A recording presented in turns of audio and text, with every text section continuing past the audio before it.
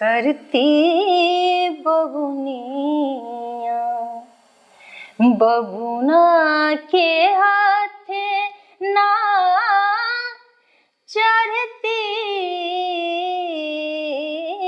बबुनिया ओ फुमनिया ओ फुमनिया ओ फुमनिया ओ फुमनिया मांगे जो बबुना प्रेम निशनिया बोले जो ठोडी काटी हो कनिया बदले रुपया के देना चवनिया बदले रुपया के देना चवनिया बदले रुपया के देना चवनिया सैया जी झपटे तो हो नहीं रनिया ओ फुमनिया।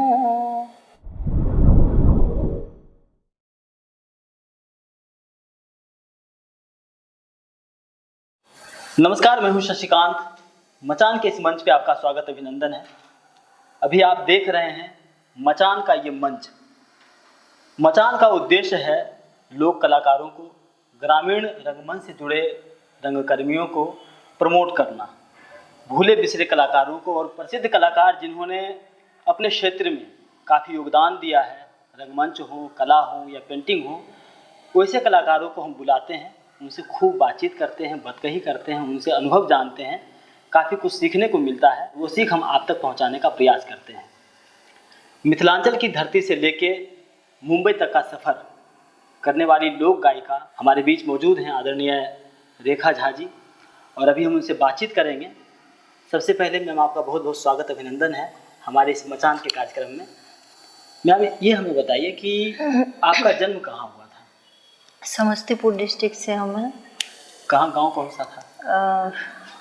कल्याणपुर बस्ती, मोहिउद्दीन नगर। मोहिउद्दीन नगर जी। बचपन वहीं बीता आपका? बचपन पटना में ही बीता। गांव नहीं रहे आप? कम रहे, बहुत कम रहे। गर्मी छुट्टी में चूँकि पिताजी यहीं पे काम करते थे मेरे। क्या काम करते थे? म्यूजिक टीचर थे मेरे पिताजी। अच्छा, किसी स्कूल में? हाँ, स्कूल में। आपकी संगीत में रुचि कैसे बनी? संगीत हमको अच्छा लगता था बचपन से? जी। गीत गाना, किसी भी प्रकार का गीत गाना, फिल्मी हो या लोकगीत हो या जो भी हो, तो हमको अच्छा लगता था। ये कह सकते हैं हम लोग कि संगीत आपको विरासत में मिली? हाँ, ये भी सत्य है। प्रथम गुरुजी कौन हुए आपके? प्रथम गुरुजी कहा जाए तो हमारे पूज्य पिताजी हुए। बहुत कुछ उनसे हमको सीखने को मिलता था और बहुत सारे चीज़ हमको सिखाए थे गाने के विषय में। इसके बाद फिर एडमिशन अलग करवाया कुछ और जानकारी लेने के लिए। लोकगीत तो हम घर में सुनते गाते अपना ये सीख गए। बाकी जो था तो थोड़ा सा हम शिक्षा भी लेना चाहें तो। पिताजी का क्या नाम हुआ? पिताजी का नाम हुआ श्री हरिहर पाठक। पटना में ही पढ़ाई हुई? जी जी। और फिर संगीत जो घर में आप सीख रही थी? हम सीखते नहीं थे संगीत, मेरा कोई उद्देश्य नहीं था जो संगीत हमको करना है, संगीत सीखना है बहुत ज़्यादा। लेकिन बस एक होता है जो आपको किसी चीज़ में रुचि, और सुर ताल मेरा ठीक था तो पिताजी को लगता था जो अच्छा गाती है, तो यही सब। ऐसा कोई मानसिकता नहीं था जो हमको संगीत में कुछ करना है, खूब आगे बढ़ना है, इस तरीके से बात नहीं थी। फिर कब लगा कि अब हमको सीखना चाहिए, इसमें कैरियर के उद्देश्य से हम नहीं सीखे, बस सीख रहे थे, दिमाग में कुछ भी ऐसा नहीं था। और फिर शादी हो गई थी। शादी बहुत जल्द हो गई थी, आपको 16-17 में शादी हो गई थी। फिर तो छूट ही गया संगीत। लेकिन हमारा गाना नहीं छूटा था। हम अपना जैसे घर में गाना अपना कुछ भी करना तो गाना सुनना, गाना ऐसे मेरा जो है सो होते रहता था। आपने संगीत की प्रॉपर शिक्षा भी ली है? हाँ, लिए हैं। प्रभाकर तक हम किए हैं। प्रयाग संगीत समिति इलाहाबाद। हाँ, जी जी। लोकगीतों की तरफ रुझान कैसे हुआ? लोकगीत बढ़िया लगता था। और बचपन में कभी कभी होता था जो कहीं पे जैसे कुछ हो रहा, कोई फंक्शन वगैरह हो रहा है, तो हमारे गीत को लोग अधिकांशतः सुनते थे। जैसे मोहल्ले में शादी हो रही है, बाय द वे हम वहाँ हैं, तो जो भी जब सब गीत गाने जो आती थी तो उन लोग को लगता था जो हाँ नहीं, बैठ के सुनते थे जो हाँ ये गीत गाओ, ये गीत गाओ, तो हमको भी अच्छा लगता था। मैथिली में भी आप गाती होंगी? हाँ हाँ, मैथिली तो मेरा भाषा ही है। कोई ऐसा गीत जो हमारे दर्शकों को आप सुना सकते हैं, 2 लाइन? हम विद्यापति जी की रचना आपको सुना रहे हैं जी। कखन हरब दुख मोर हे भोलानाथ, कखन हरब दुख मोर, अक्षत चंदन फूल गंगा जल बेल पत्र तोरे तोहे देव हे भोलानाथ, कखन हरब दुख मोर, कखन हरब दुख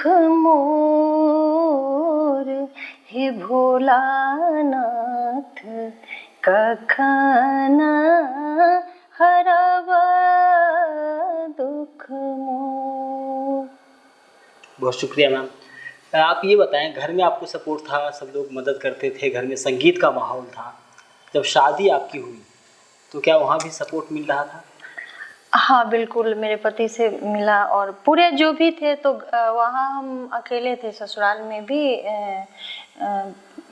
मेरे हस्बैंड जो अकेले भाई हैं थे, तो हमको कहीं से कोई बंधन नहीं मिला जो गाना क्यों, बस वही एक मेरा भाई था, मझला भाई है, तो उसको थोड़ा सा दिक्कत हुआ था, और बहुत दिक्कत हुआ था। वो तो घर और सब छोड़ के चला गया था। अच्छा।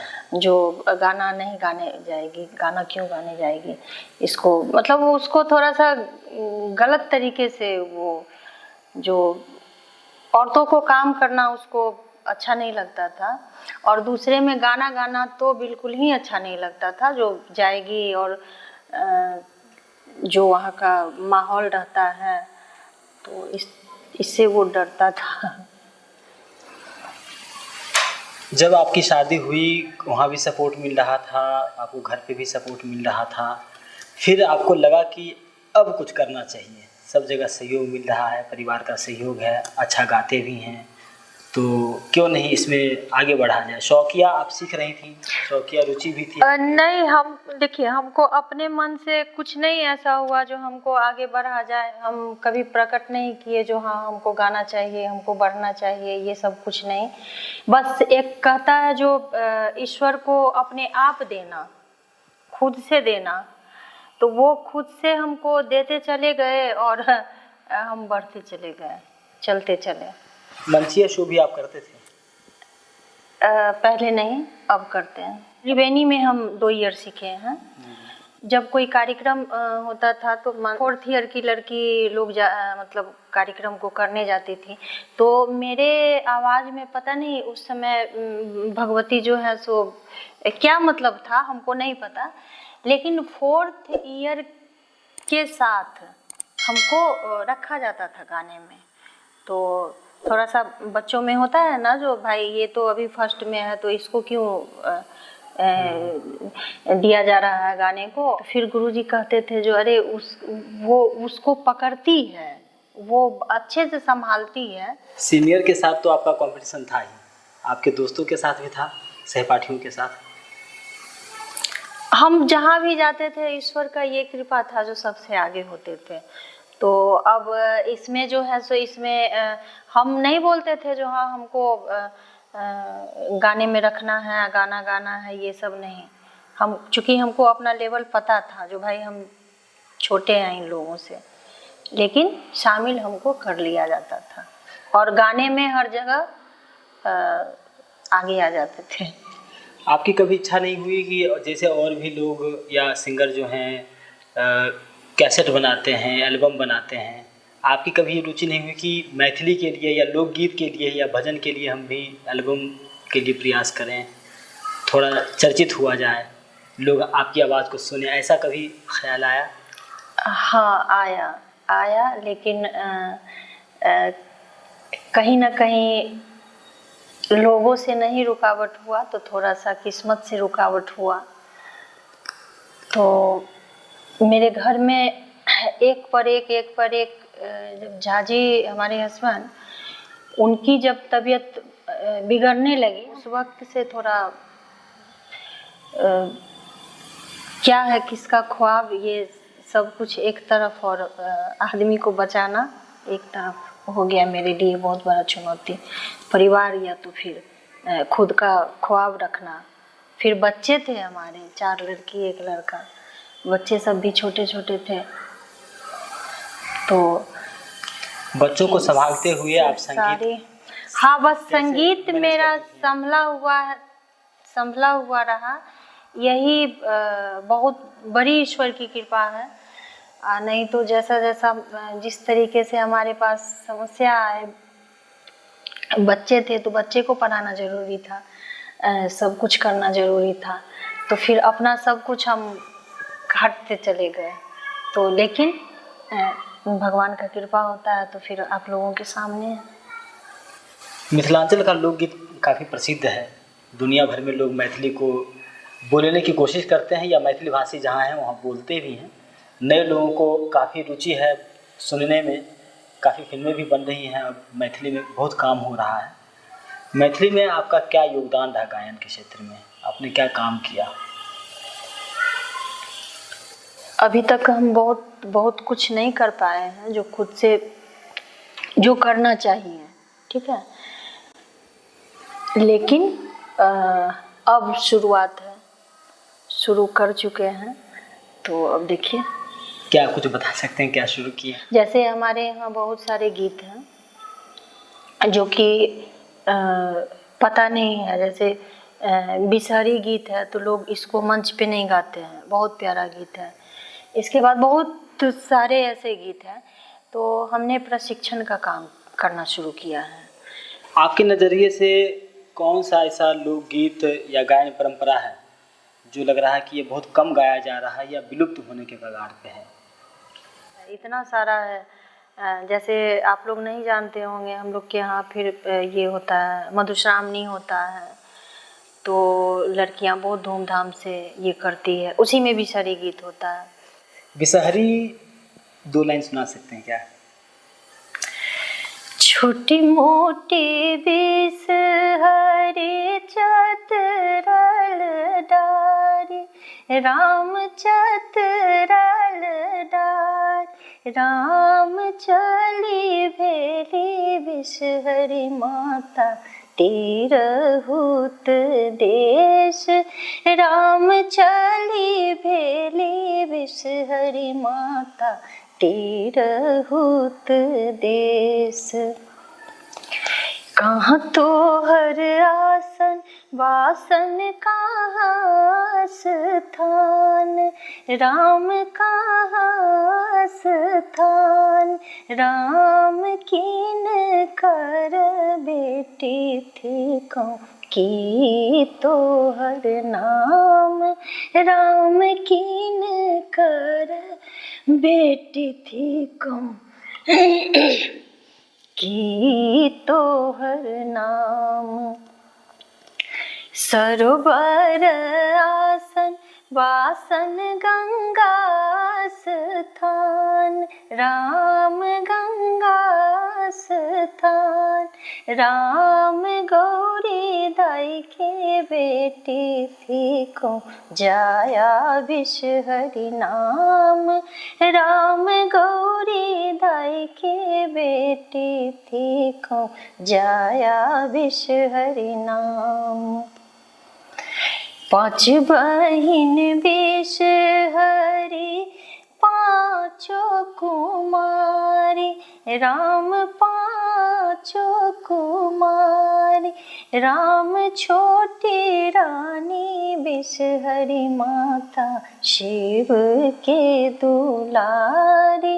राम छोटी रानी विष हरि माता शिव के दुलारी। राम छोटी रानी विष हरि माता शिव के दुलारी। क्या बात।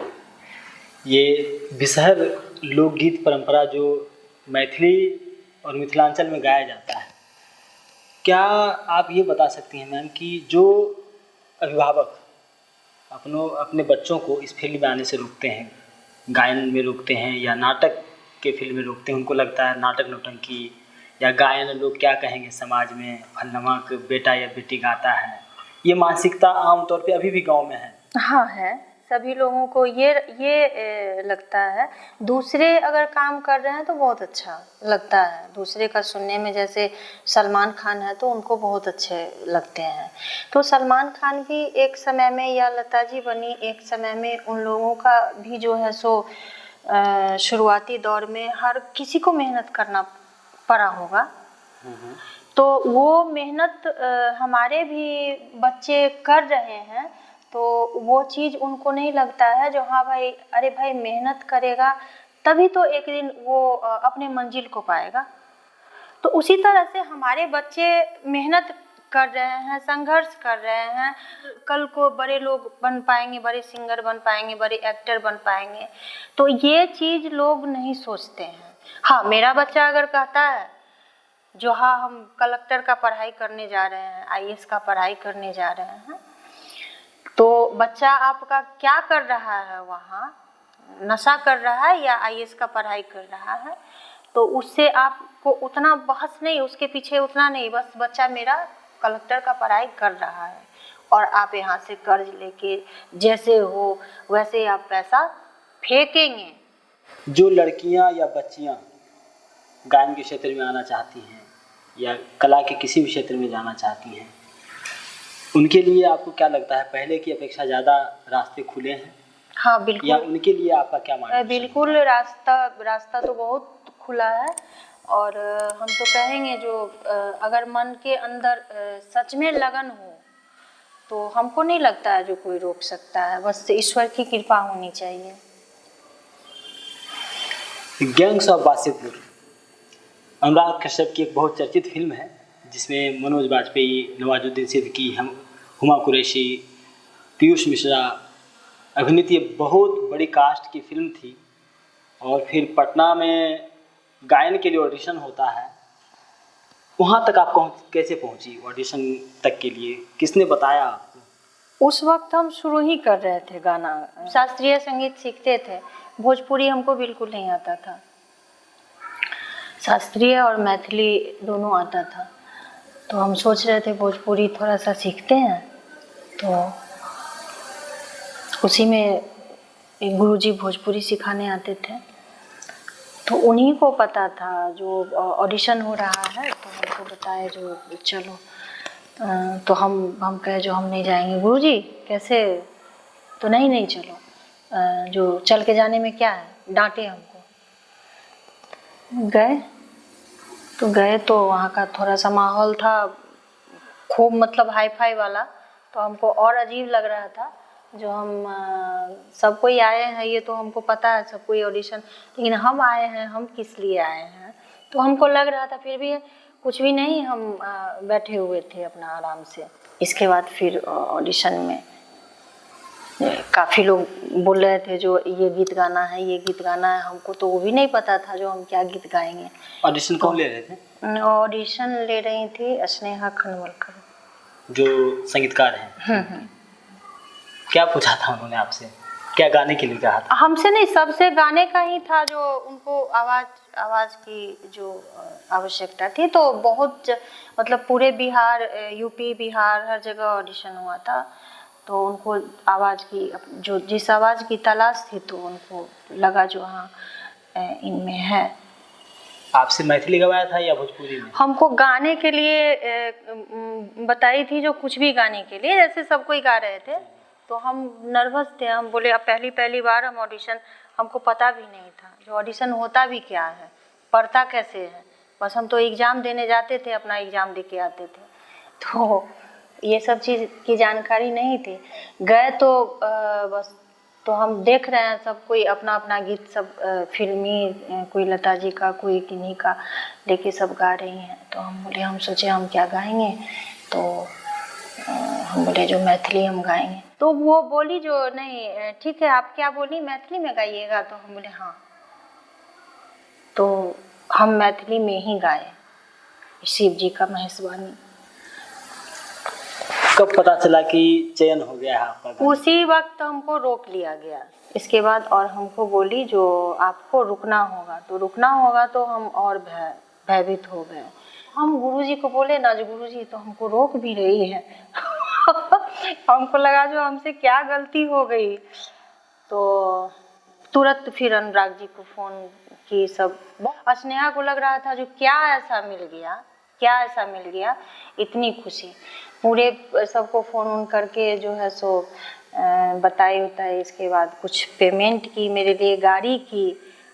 हम आए, घर आए। हमको अंदर से ना, हमको ऐसा नहीं लग रहा था, हमको लग रहा था जो मतलब इतना तो लायक हम नहीं हैं। जितना ये लोग भाव दे रही है, तो हमको अंदर से अजीब लग रहा था जो सच मतलब सही में है क्या। तो वो जो ऑडिशन में आप अब शिव स्रोत गाई, क्या वो हमारे दर्शकों को सुना सकते हैं? बाजूनाथ एक व्रत महासुख लावहे, आहे तोहे शिव धरो नटवेश, कि डमरू बजावहे। तुही त कह छ गौरा नाचय, हम कोना नाचबहे। आहे चारी सोच मोही होए, कवन विधि बाचबहे। आहे चारी सोच मोही होए, कवन विधि बाचबहे। अनुराग कश्यप से मुलाकात हुई थी उनसे? हाँ, बनारस में। अब हम सच आपको बताते हैं, हमको बुलाया गया बनारस एक दिन के लिए, ठीक है, 1 से 2 दिन के लिए। जो रेखा जी आप आना होगा यहाँ पे। तो हम बिल्कुल अनभिज्ञ थे हर कुछ से। तो हम ना 1 2 3 कपड़ा हम लेके चल दिए, ठीक है, पिताजी के साथ। तो हम गए, तो फिर हमको लगा चलो भाई गाना हो गया। तो ये गाना, ये गीत हम कितना दफ़ा गाए हैं। अगर कभी हमारा इंटरव्यू स्नेहा सुनेगी तो वो भी हंसेंगी, जो हाँ सच बोल रही है रेखा जी। कितना दफ़ा गाए हैं, उसका गिनती नहीं है, ना उनको गिनती है, ना मेरे पास गिनती है। और फिर हम तो यही हमको लगा चलो भाई 1 दिन का काम है, हो जाएगा अपना हमको।